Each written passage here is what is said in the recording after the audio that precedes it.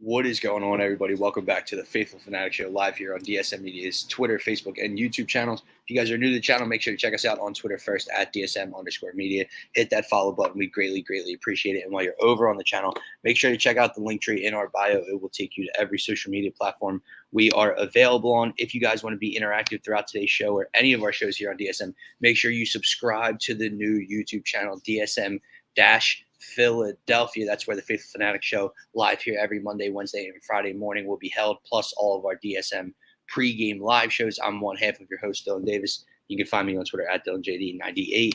To my right, my faithful co-host, Scotty. You can find him as well at Scotty Drowned. He's got strep. He just came back from Vegas, but my man, what is going on?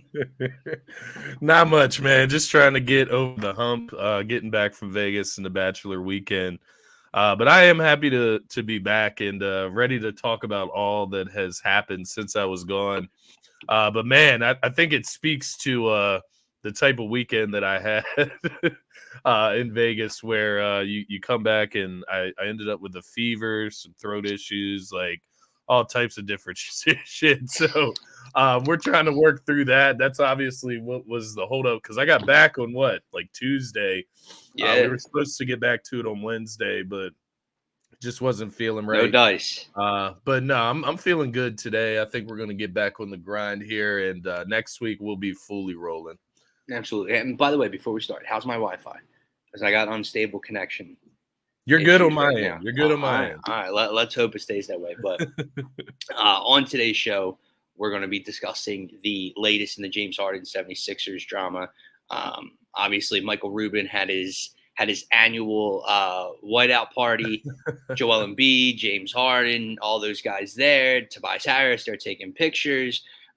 James Harden has talked to Daryl Morey, but still has reiterated that he would like a trade out of Philadelphia. We're going to discuss that. Obviously, the Sixers making some noise in free agency, bringing in Patrick Beverley, Mo Bamba, re-signing Montrezl Harrell, matching Paul Reed's offer sheet with the Utah Jazz. They have 47 centers on the roster, so we're going to get into that. And then obviously the Phillies coming out of the All-Star break tonight at home against San Diego. They swept the Rays while we were gone over in Tampa Bay, but then lost 2 out of 3 to the Miami Marlins right before the break. So we're going to get into all of that and much more. But my man, let's start with the Harden stuff. Real quick, just kind of where's your head at in the last week and a half or so of kind of all this noise? Because the thing that bothers me the most about it, you knew that Daryl Morey wasn't going to be impatient or rush a deal just to get any deal done. Yeah. But the interesting part of this offseason to me is how it affected free agency. And if it did, like maybe the Sixers didn't have big plans heading into free agency. We know the money situation. We get all of that.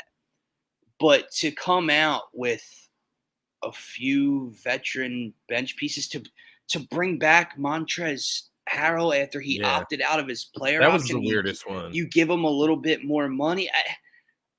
It bothered. The frustrating part is that it's almost like they waited for the Harden deal or news to kind of figure itself out.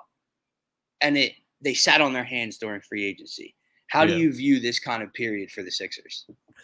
Yeah, it was disappointing to say the least. And I think the most disappointing part is the fact that, they quickly backed out of trading Tobias Harris, right? Daryl Morey did the whole crumble cookie thing.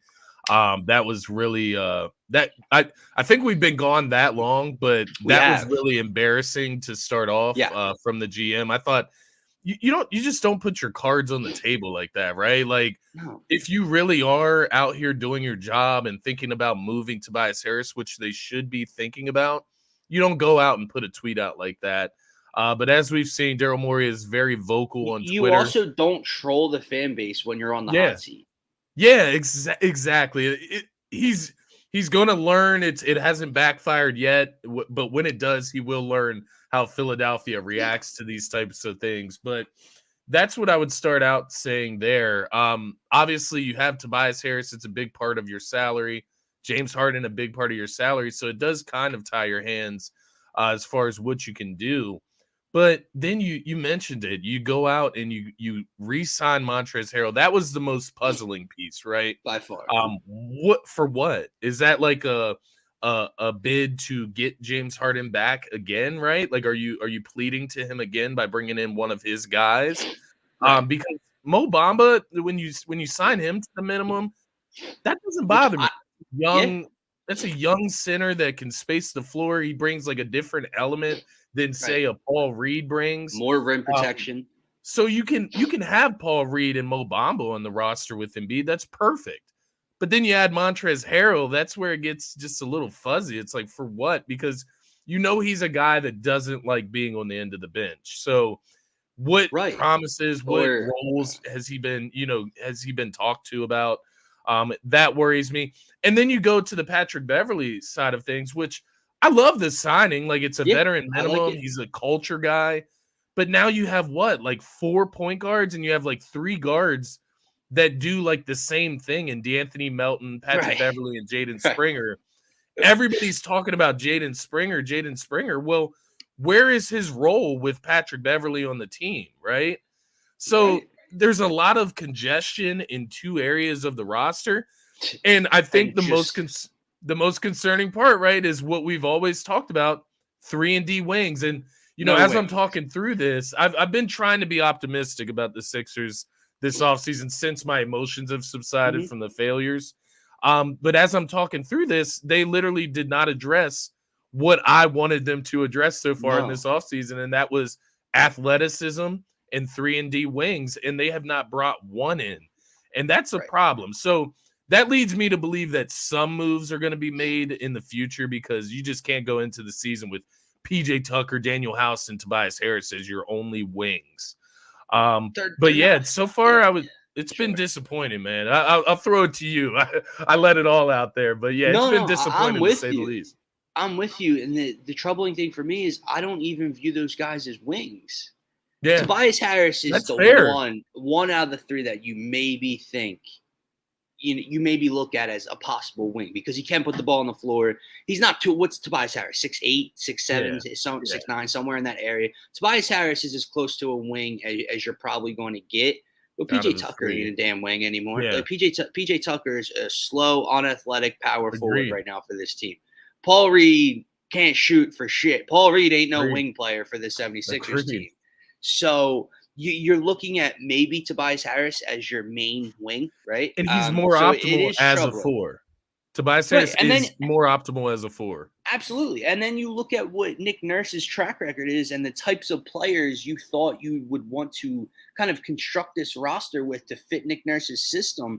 Long, athletic. And now granted, I haven't really seen too much of the summer league as I've been up here away on vacation, but I've been following along on Twitter, and I know people are going ballistic over about 3 of these 76ers young guys that could potentially find their way onto a roster, and they would probably fit that mold of wing type athletic players that could shoot a little bit.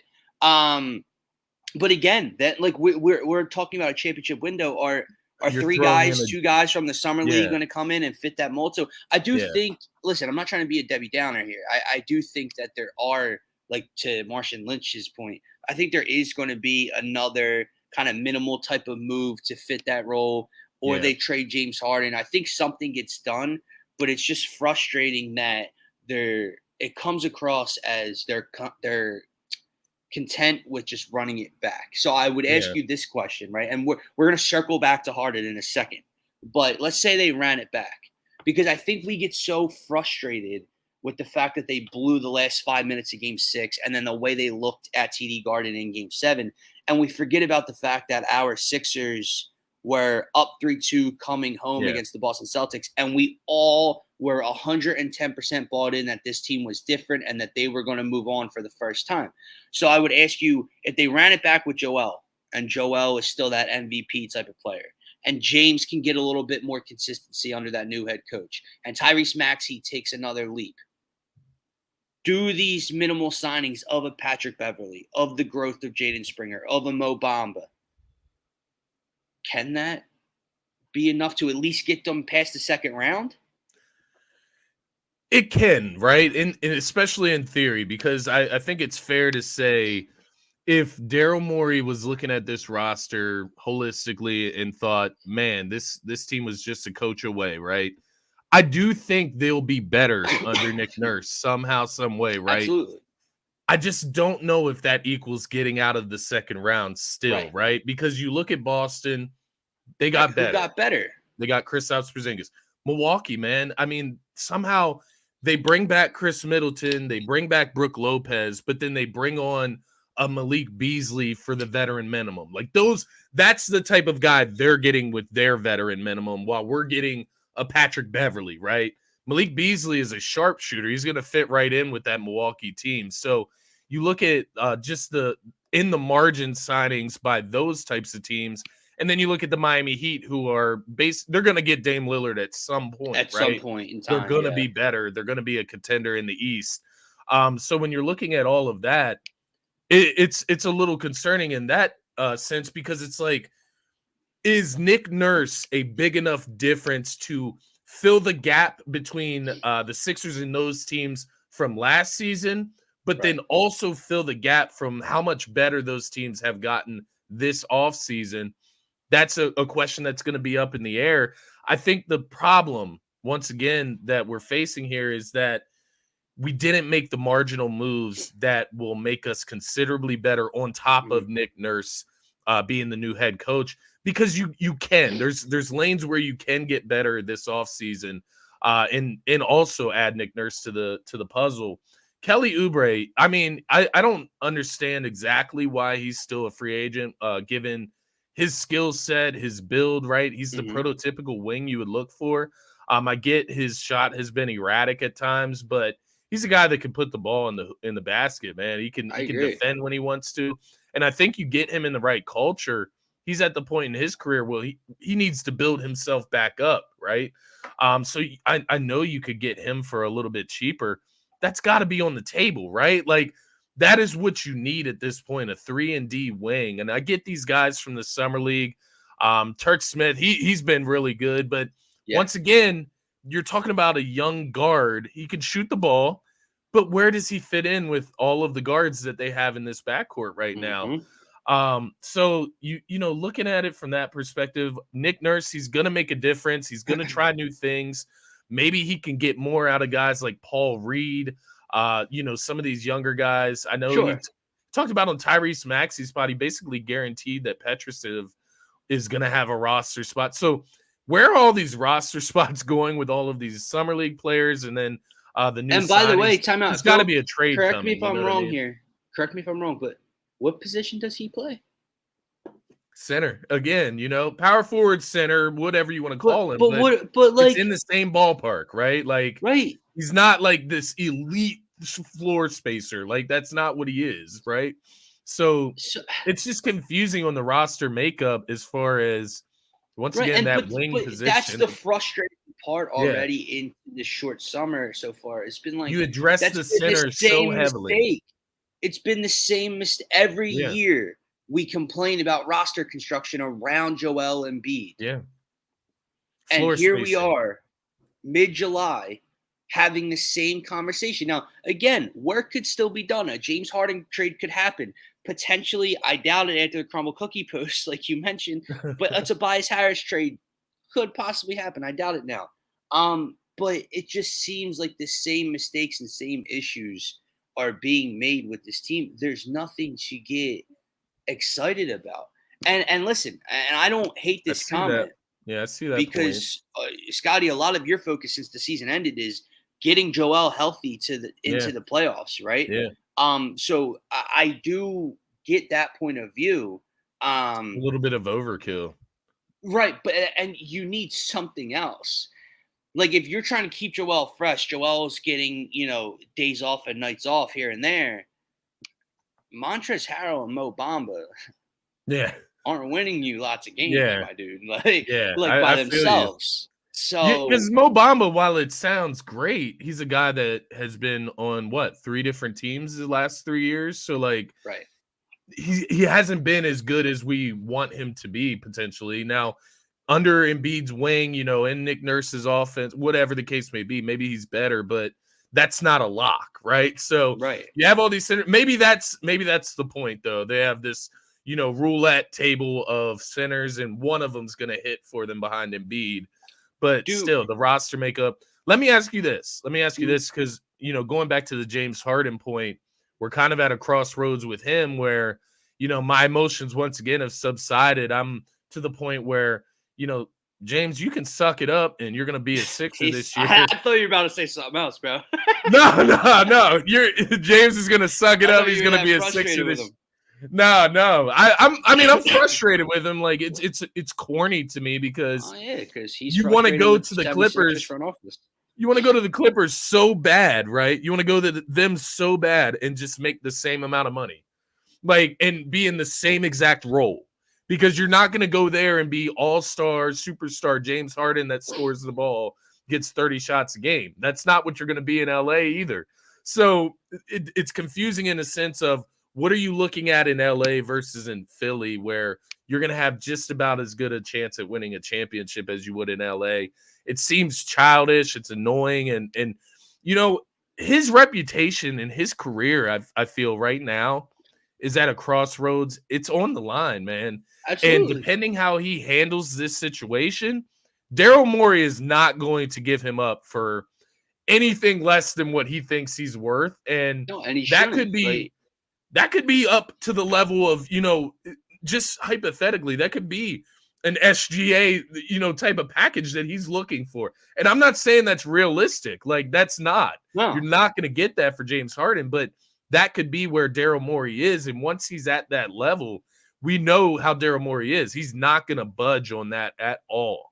So at that point, James, you're on the team. You're going to play. You're under contract.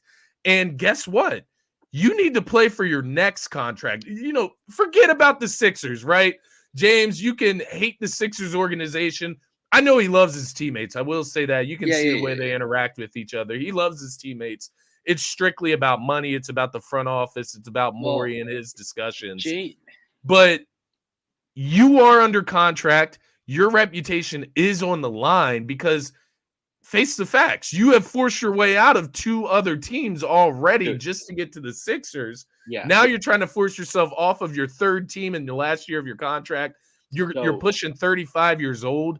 Who's going to want to offer you multi-year contract next season if you don't come out, ball out, and stay healthy this season? That's the bold truth for James Harden. So everybody's acting like the Sixers don't have leverage in this situation. I think they have all the leverage because he needs to play for his career, let alone the Sixers. He can't afford to sit out at this point of his career. Like, everyone thinks that the Sixers hold him hostage. Ben Simmons was 25 years old. Right. Everyone thinks that the Sixers hold him hostage, so to speak, that he just won't show up to camp and he won't put on the fat suit. He can't afford to do that at this point. Right. It's not just the age.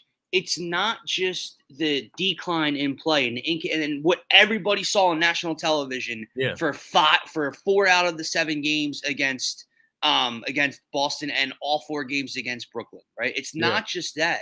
It's a combination of those things, along with the fact, like you mentioned, he is now essentially trying to force his way out of his 3rd team in 4 years. Yeah. Looking for max-ish money. Yeah.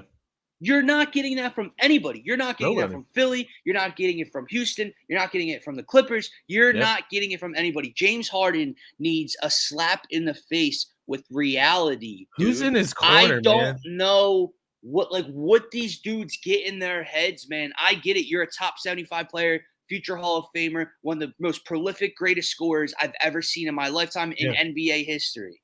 But my dude, the puzzle was very simple. You want your bag, show up in game 6 or 7. Yeah, don't quit on your team. As simple as it gets. Don't quit on your team and then blame the head coach right after the game. Play a huge role in the head coach potentially being let go, and then try to force your way out. Exactly. Yeah, it's odd, man. And, the one thing I'll say, because, obviously Jay Williams made this video, or he's on First Take, talked about how. It's nauseating. Yeah, it's nauseating, man, because he's talking about James Harden having the right to feel disrespected by the Sixers. In reality, the Sixers, if Morey and James Harden could go back right now to that day when he opted in, I guarantee you they both would go back and they would just agree to a 2-year max deal or a 3-year max deal with a team option on the 3rd year, and that would be it. James Harden went into this offseason thinking very highly of himself, and he got let down, and that's not on the Sixers. If nobody else is willing to offer that contract, why would the Sixers offer that contract? It's that and the fact that last year it was evident that the Sixers and Daryl Morey and James Harden worked side by side. Yeah. And then they bring in PJ Tucker and they bring in Daniel House, and they got hit with tampering. And they got hit pretty hard with tampering, right? You know how we wanted those 2nd round picks, right? We wanted those. Right. We didn't have them. So Daryl Morey said, I love you, James, but I'm not getting hit with that penalty again. So we are not going to work together for weeks before this free agency period starts. And we're not going to do what we did last year. And apparently that's where his frustration was stemming from, was the fact that he helped the Sixers out last year and there was no conversation going on about his future here in Philadelphia and the money and the years and everything like that. It's a business. And this is 100%. This was before we move on to the Phillies, man, because this was a side conversation I wanted to have, because you mentioned Harden. You mentioned sign the deal, and that stuck out to me. And I immediately thought of Damian Lillard. Yeah. I can't take this much more, specifically in the NBA. Listen, I am all for the player movement. I love that guys have a say, and when you're loyal and sometimes loyal to a fault like Damian Lillard, you have the right to ask out or force your way out and maybe throw out the idea of where you would like to go, and that team will work with you, a la James Harden going to the Clippers, right? Yeah. A la, Brooklyn sending him here to Philly, everything like that. The Damian Lillard thing of, I will only play for Miami. Mm-hmm. If you are he's publicly stating, if you are any other organization and you trade for me, you just wasted all of your assets because I will not show up and I will not play for you. Yeah. So a few things here. A, doing that allows Miami to just shrink their package back to Portland, who you love all so much that you stayed for this long. Yeah. Secondly, let me ask you a question. The NBA is a job, right? Yes. They're employees. Not just employees, but employees making, Damian Lillard's making over, $200 million. Yeah. And any other job, Scotty, in your job, could you just tell them, I'm going here? Can you just force your way to go anywhere else in any other form of life? Yeah. Exactly. No, they're going to do what's best for their business. That's what it's about at the end of the day. These dudes just think, I want to play for Miami. You're going to send me to Miami, and I'm not going to play for anybody else. So now you're doing Portland a disservice because Miami's not going to send you everything they have to send for Dame if they know that other teams aren't offering shit because he won't go and play for them.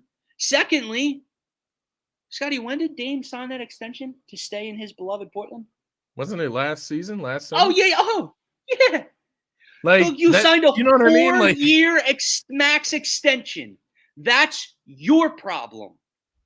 So you can ask out and you can tell them you want out. You don't get to hand select where you go a year after you sign a max extension. Exactly, man. You can't do that in any other part of life. But these dudes think they can just force their way wherever. This is a great conversation because the NBA is like treading very lightly right now on what can ruin the NBA from a player's standpoint. And it's stuff like this. Like if Damian Lillard goes to the Miami Heat for a package of like Tyler Hero, their young guy, Jovic, and some draft picks. Lowry. That's ridiculous. That's ridiculous. The thing with me from the jump, whenever I heard he wanted to go to Miami should be giving up Bam Adebayo at the very least.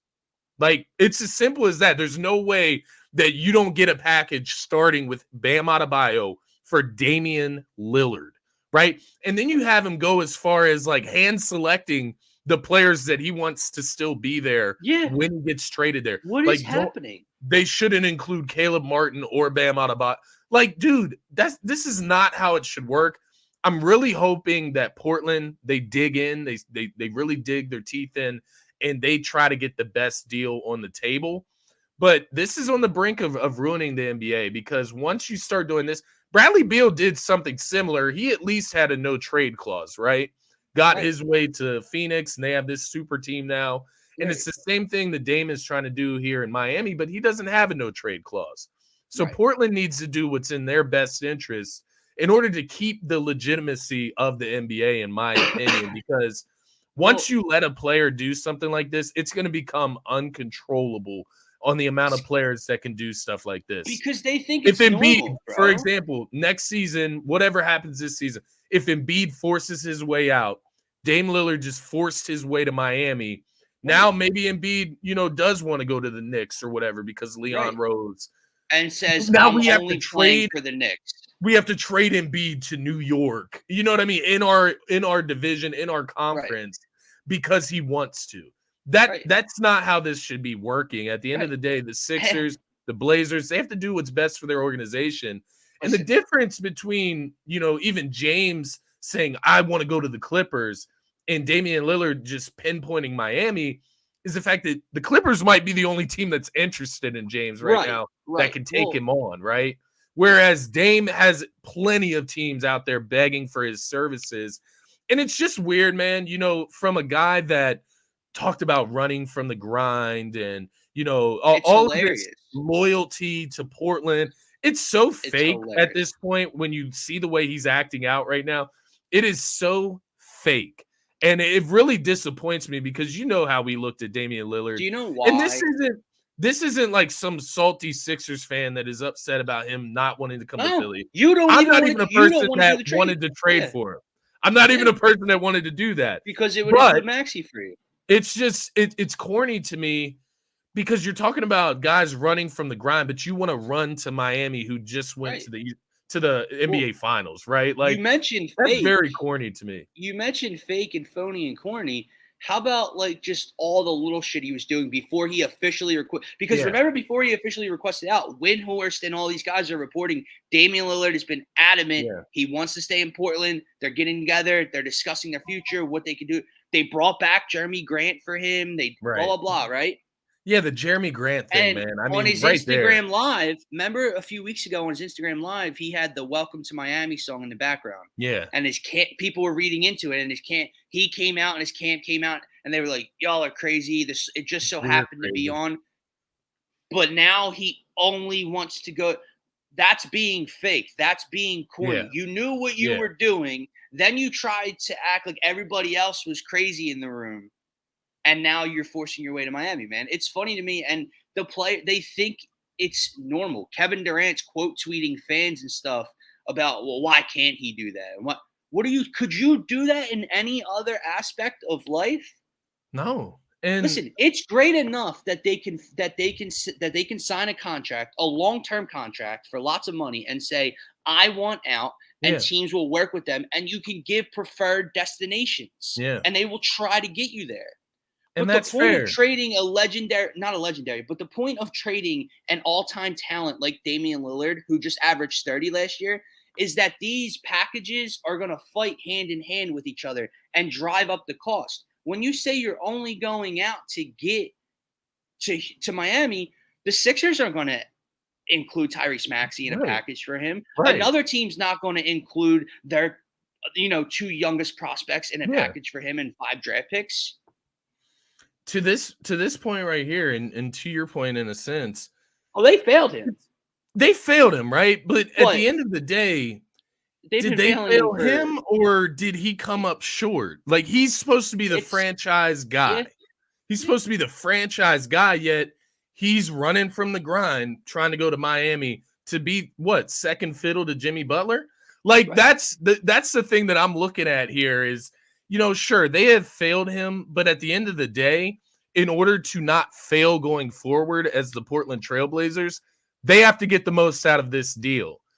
Maybe that's why they failed him in the first place, is because they haven't gotten enough back for guys like CJ McCollum, right? You have to force your hand. You have to make sure that you get what you're supposed to for this caliber player. So at the end of the day, whether they failed him or not, that doesn't matter. He's the guy that decided to stick around. He's the guy that, like you said earlier, signed that contract last season. That's on him. He decided to do that. It's not like things were going better last offseason. Portland didn't just start failing Dame now. Right. If they've been failing Dame, they've been failing Dame for the last decade. They've been failing Damian Lillard for the last 7 or 8 years. Exactly. And he stuck around, wanted to sign that max contract. Once you sign that contract, you didn't even want a no trade clause in it. You don't have control over where you go, but you go out and he's basically acting like a spoiled brat in the media in order to get his way. And to that point, it's whatever, he can get wherever he wants to get to. Of course, he has that right to do that, but it doesn't change the fact of the perception that he's corny. He's exactly everything that he said he was not. And at the end of the day, that speaks a lot to who Damian Lillard is, in my opinion. Now, we'll see how it all works out. If he ends up getting traded somewhere else and ends up playing, then maybe I'll take it back. But as of right now, it looks like he's going to force his way to Miami. They're going to get him for some weak deal of what they're losing. Some other teams are going to help Miami out in that sense. And that's what I don't get, Scotty, Dylan. Rudy Gobert is going to go for more than Damian Lillard. Exactly. Donovan Mitchell, right? Like Donovan Mitchell gets traded for Lauri Markkanen. Robert Covington might go for more than Damian Lillard. Robert Covington brought in 3 first-round picks. Come on. Like you're talking about that deal for Damian Lillard, but then you look at the deal that are on the table for Harden. Like it does not make sense in this day and age. And at the end of the day, I just look around the league and it's like, why are all these teams doing each other favors? You know what I mean? It's just weird to me. Yep. And that it just speaks to the collusion in the NBA. It's honestly it's looking like a product that doesn't really know where to go in a sense. They're trying all this in-season tournament stuff. They're trying to don't get at all. Yeah, we'll have to talk about that on Scotty Talks or something, because you're gonna have to explain that layout to me. It's weird. Because it doesn't affect anything, right? It's just a random in-season tournament. Random in-season tournament. Yeah. Nothing. I'll have to look into the logistics. Like, does it affect seed? I'm not sure if it affects seeding or not, but based on what I've read, it doesn't. It's just, they seem like a very confused league. And then I look at the NFL, and you look at the NFL, they're the perfect example of they don't play that shit, right? Like, and I get it. You don't want it to look at it from the perspective of like the owners versus the players, and then it turns into like the slave picture. It's not like that. It's a business. Right. It's a business. If you want to call them slaves, you can call us slaves for our big corporations that we have to work with day to day, right? Listen. When the optics of that, when you bring that up, people have said that for years now. But I can't feel sorry for you when you're Patrick Mahomes and you sign a $500 million contract. Yeah. So, like, do you know what I mean? Like, you build your multi-billion-dollar, farm. Like, come on. Right. What? But no, listen, I don't want to come off in the Damian Lillard picture or the James Harden picture. I don't want to come off as this, you sign a contract, you have to honor it, like whiny. I'm not saying that. I love the player empowerment. I love the fact that they can work with teams and have preferences and get into better situations and play with guys they're friends with in the league. That's all great. But in this specific situation, you don't get to just handpick one team and put the rest of the league on notice that you will not show up if they trade for you. Right. Life doesn't work that way, bro. Yeah. So if I'm Portland, Scotty, guess what? You're staying. Yeah, you're staying. You're staying. Guess what? If they keep Damian Lillard and he doesn't play, then they'll suck. It doesn't matter. They'll get a better draft pick. Like, it's not the end of the world if they just hold on to Damian Lillard until he opens up his Not option. For that deal. Right. Listen, you could argue, well, he's either going to sit out or you could get 3 first-round picks and a couple role players. Wouldn't that be better? Blah, blah, blah. I'm saying if the deal is like 1 first-round pick and pick swaps and Tyler Hero and Jovic and Jaime Jaquez, Get out of No, here. I'll sit on my hands and I'll keep Damian Yeah. Lillard in my back pocket. That's what I'll do. Because look at the deal for Kevin Durant, right? Everybody points to that deal and they're like, "Oh, that deal wasn't that crazy for Kevin Durant." It's like, no, the Brooklyn Nets got Mikal Bridges, a franchise player, right? Like, they at least need to get a player of that caliber back, right? Mikal Bridges level-esque player, and Yep. those players that we just mentioned are At not what that, point man. does the league have to step in? I don't know, because Like, Adam Silver is just so different from David Stern. David Stern would have already stepped in on a lot of these situations, I feel. Adam Silver, it just seems like he has no backbone, and I think that's part of the reason the NBA has gone in this route of, ultra flopping, all of the shenanigans throughout the games, all the acting that's involved in well, the they're NBA. coming down on that. I don't Why know they're if you trying to saw that. crack down on it now. But it's because of his lack of backbone that I think we're in the place we are right now. Yep. And I don't know, man. I doubt that he steps in, quite honestly. I think he's a fan of super teams. I think he's a fan of, selling tickets in big markets versus like spreading the talent around the league. It's been an odd offseason, and I think it's only going to get worse, man. Because these players are just getting more and more selfish. James Harden is, the epitome of that. Like, I just don't even understand his issue, right? Like, why do we have to make this big spectacle? You can demand a trade and sit on that. You don't need to go out to the media and reiterate it every week, right? Like, these are the things I'm looking at, and it's just, it's toxic. It's toxic for us to go from Ben Simmons, who sat out for a half season and then hasn't really played since we traded him either. And then now we're dealing with James Harden, who's been here a year and a half and, is trying to force his way off the team at the age of 35. Like, that's another situation where if we trade him to the Clippers for nothing, that ruins the league, man. It can't happen. That's why I asked you, if the league has to step in, because it's a very slippery slope of what you allow them to start to do. Because the Ben Simmons was step one. The Ben Simmons of holding out and doing and causing these antics in practice, going to arbitration. And then he comes out with the mental health stuff, and then trying to recoup his money in court because the Sixers didn't pay him. Like, Doug, you didn't show up to work. Right. You don't get paid. Right. It's very simple to me. But very simple. Anyway, we'll move on. I'm sure we'll come back to that. Obviously, we'll be dealing with this James Harden and Damian Lillard story probably all summer long into September. Who the hell knows here? But let's get into some Phillies before we wrap up the show, man. Because while we were both away and not doing the show for a little bit, the Phillies had a very exciting roller coaster ride that they went on. Yeah, fair. They became the first team to sweep the Tampa Bay Rays in Tampa Bay this year. In the second to last series before the All-Star break, and you're feeling as high as you possibly could about this team. And then they lose 2 out of 3 to the Marlins. And no, it's not the end of the world. It was just a very sour taste heading into 4 or 5 days off after that extreme high you had in Tampa Bay. Nick Castellanos, Craig Kimbrell go to the All-Star game. Castellanos scores the game-tying run. Kimbrell gets the save.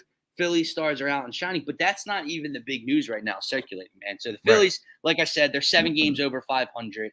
They're just on the outside looking in for that third wild card spot right now. They're going to be in the mix for any one of those 3 wild card standings, potentially with the Marlins, the Dodgers, and correct me if I'm wrong. Who is it? The Reds in that spot right now, I believe.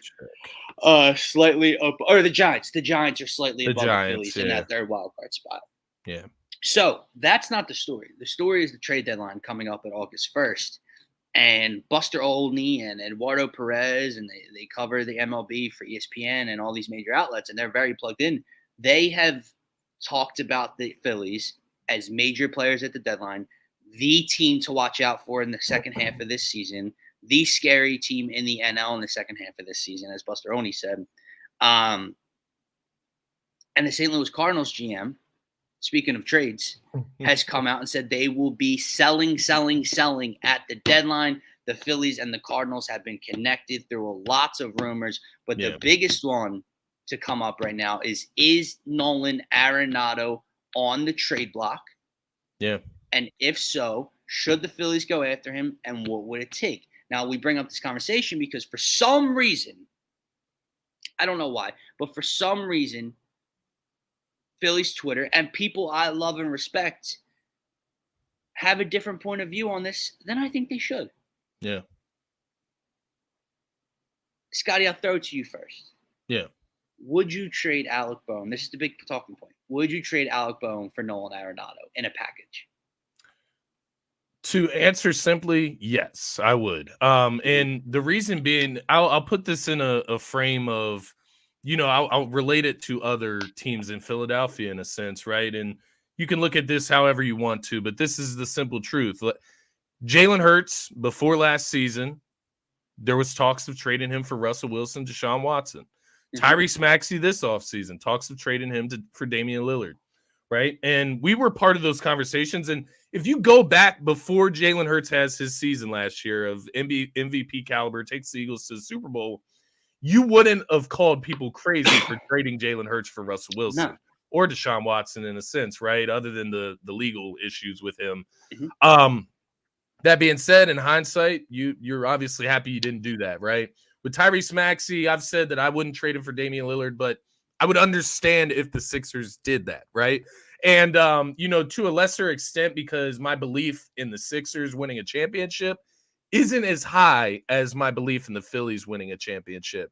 And that's because the Phillies are coming off of a World Series run. So with that in mind, that is why I say it's okay to move Alec Bohm for a Hall of Famer caliber third baseman, right?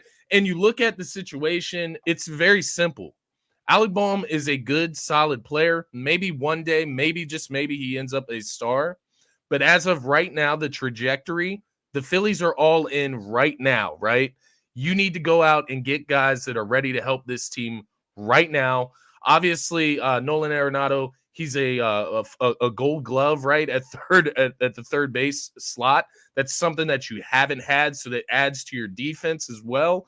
And then you look on the other side, he's a guy that gets 130 RBIs a season. So he's a guy that stacks it up. And so I don't understand what the hesitation is when it comes to the Phillies team, because they're not in the same situations as even the Eagles were in at the time when we talked about Jalen Hurts, or even the Sixers right now. The Phillies are built to win tomorrow. Like literally tomorrow, the Phillies are built to win.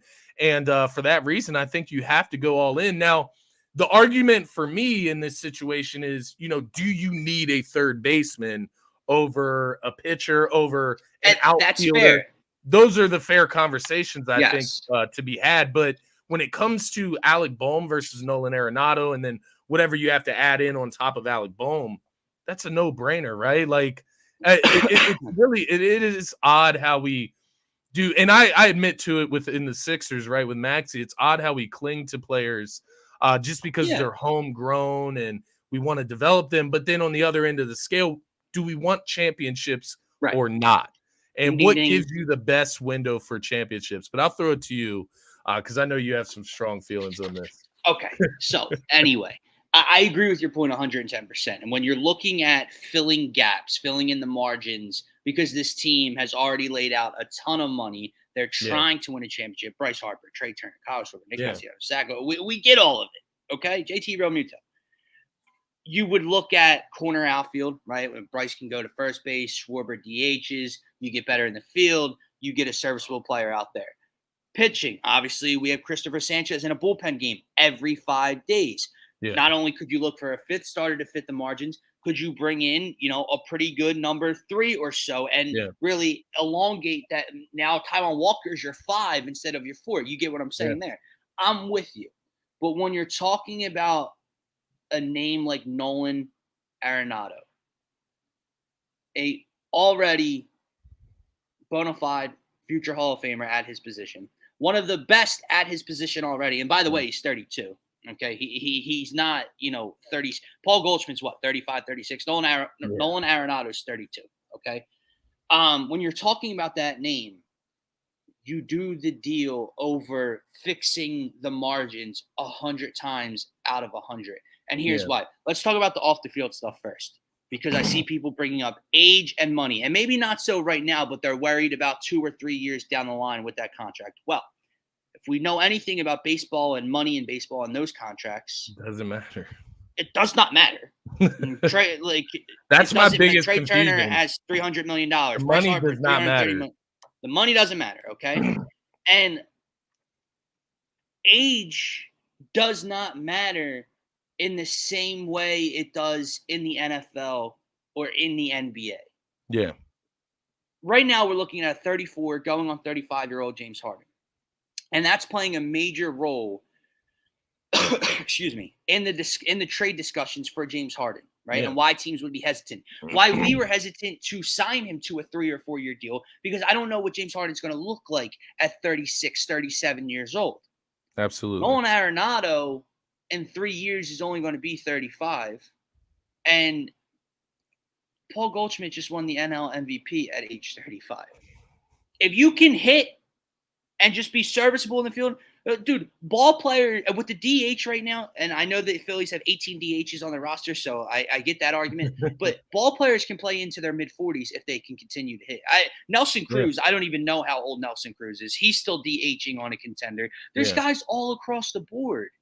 So I'm not worried about the money, not worried about the years. I'm not worried about the age. Now let's get to the field. Yeah. I really, really like Alec Bohm. People get it twisted when I say I would trade Alec Bohm for Nolan Arenado, that I have Alec Bohm on the trade block. And I'm willing. Right. No, I wouldn't trade Alec Bohm for almost anybody else in a package except for this specific third baseman. You trade Alec Bohm and whatever the hell else they want in 0.0000002 seconds for Nolan Arenado. Scotty, let's look at the numbers. So we already know Nolan Arenado is one of the best defensive third basemen in the league, maybe the best defensive third baseman in the league. Right now, he's hitting over 280 with 62 RBIs on a very, very bad, underachieving St. Louis Cardinals team. But let's just go back a few years, okay? Mind you, he hits almost consistently over 30, 32 home runs every year, which Alec Bohm just struggles to do. Okay, 10 more home runs than Alec Bohm already this season. Right now. Okay, speaks to the power difference. Last year, 293, 103 RBIs. Year before that, 105 RBIs. Then you had COVID. Now let's go back a little bit, okay? 315, 118 RBIs. 297, 110 RBIs. 309, 130 RBIs. 294, 133 RBIs. 287, 130 RBIs. Scotty, you were talking about a dude that's a gold glove in the field his entire career and is around a 290 plus hitter for 120 to 130 RBIs and over 30 home runs at a power position. Third base on that hot corner is a power hitting position. Alec Bohm is a very good hitter. He knocks in RBIs. I think he's either leading or in second in on the Phillies team in RBIs. He struggles to hit for power. He has never had a season. Now, I know he's only a couple years into the league, but his highest RBI total is 72 2 years ago. He's never hit over 280. You are talking about a much, much, much more prolific hitter, power hitter, fielder. You're talking about an all-star, a superstar at the position, or a guy I like in Alec Bohm. Stop, man. Even this season, Dylan, I mean, Arenado already has more RBIs than Alec Bohm. He has 62 to Alec Bohm's 57. He has 19 home runs to Alec Bohm's 9. Like, it's very clear, right? Those are the bad Cardinals team. On a bad Cardinals team. And that's what I was actually going to present to you is like all of those numbers with the Rockies and then with the Cardinals, it was not on a stacked roster like this Phillies roster. So imagine the RBIs when you have Trey Turner on base, when you have Bryce Harper on base, these type of guys that do get on base, do get hits into the field. It's such like a no-brainer. I feel like it's just a bunch of overthinking. And obviously, I sent the tweet to you the other night, and I wanted to get your thoughts just because you're a little bit deeper into baseball than myself. I'm not even sure how reasonable it is. I don't even know if they're willing to move him. If they would even want that package, right? Like, do the Cardinals even want Alec Bohm?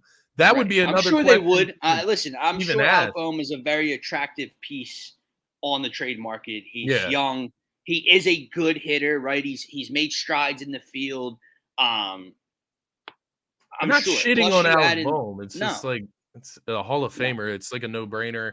And 32, I mean, that's just not the time to like worry about age, especially in Right. baseball, in my When you're opinion. Like trying to, and this is my point, man. you're You're trying to win in the trying to next two win to a three World years, Series. anyways. And listen, you have Bryce Harper for another almost decade. You have Trey Turner for a decade. You have Nick Castellanos for 3+ more years. You have Yeah, JT Realmuto for. You have guys locked in for the next close to half decade to decade to continue that winning window. I get that, but you were 2 wins away from winning one last year. You know it was right at the edge of their fingertips. They're trying to get back right now, next year, the year after that, in this little window, because that's all you can look at, man. yeah, You can't look 8 years down the line and say, well, we'll still have Bryce Harper and Trey Turner. You don't know what they're going to be. You don't know what the rest of exactly. this roster is going to look like. You don't know who's here, Dombrowski's still here, whatever the case may be. And then you get into the other side of this package with Bohm, which is prospects. And people are very hesitant to move a Mick Abel or some of these other guys. And listen, I'm not sitting here suggesting that the Phillies should sell and deplete their farm system. I remember that was a lot of people's fears when Dombrowski was brought in here. They thought he was going to do that. He's replenished it a bit. The player development's getting better.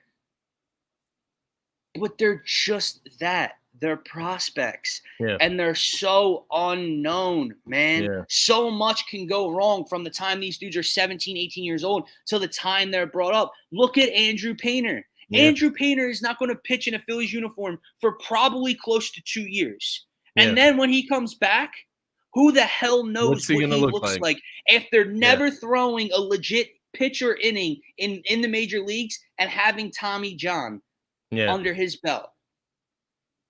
So, and that was the prize. Like Painter yeah, was the prize prospect, untouchable, not moving him for anything. And we won't see him until at least after 2025. yeah, And then who knows? So much can go wrong. And listen, I'm not doubting these people that do their research and watch lower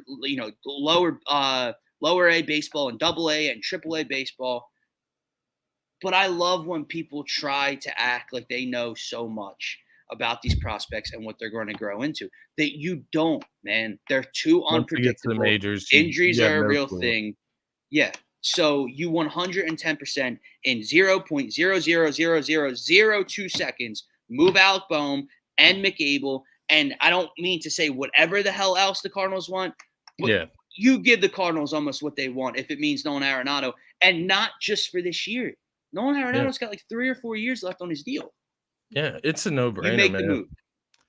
It's you just have to ask yourself, is this team ready to win a champ? It's obviously ready to win a Yes. championship. So at the end of the day, any way you can add more stability in your batting rotation, I mean, you do it. And especially at Yep. that level, that type of jump, it could be the difference. Literally, it could be the difference between winning the World Series and not. And Yeah. in those margins, that's what you have to do. And Dombrowski, he's shown every sign that he will do whatever he needs to do. It doesn't matter what the fans want. Absolutely. He's going to do what he needs to do to get the best talent in here in Now, Philly. And and I just want to throw this out. Listen, I'm all for, because if the Cardinals are having a fire sale, Lars Nootbaar, Dylan Carl, they have a lot of guys, corner outfielders that could step in and really help this Phillies team. yeah, I'm not opposed to any of those kind of moves. What I'm telling you is if that offer was on the table and these fans or Dombrowski turns down an Arenado deal just to fit in the margins because we need a fifth star. Scotty, would you rather have a fifth starter or Nolan Arenado in an the middle of this order? everyday Come power on, hitter. Yeah, man. Come on. It's very simple, honestly. Yes. Or would you? And then I love the corner outfield thing. I'm not saying it's not a need. I'm not saying Kyle Schwarber isn't horrific in left field. Is Bryce Harper the long-term first baseman for this Phillies team? Right.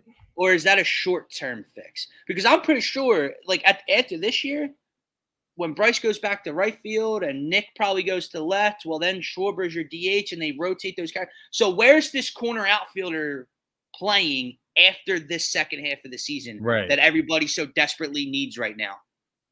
No, I'll suck it up with Kyle Schwarber in left field and go get a star like Nolan Arenado or Paul Goldschmidt. Okay, Yeah. it's Yeah. pretty simple. Sure it up front, and you Yep. roll with that, man. No, Anywho, I'm with you. well, anywho, Love all you guys, but you're wrong. With that said, that is going to wrap up this Friday edition of the Phaithful Fanatic Show.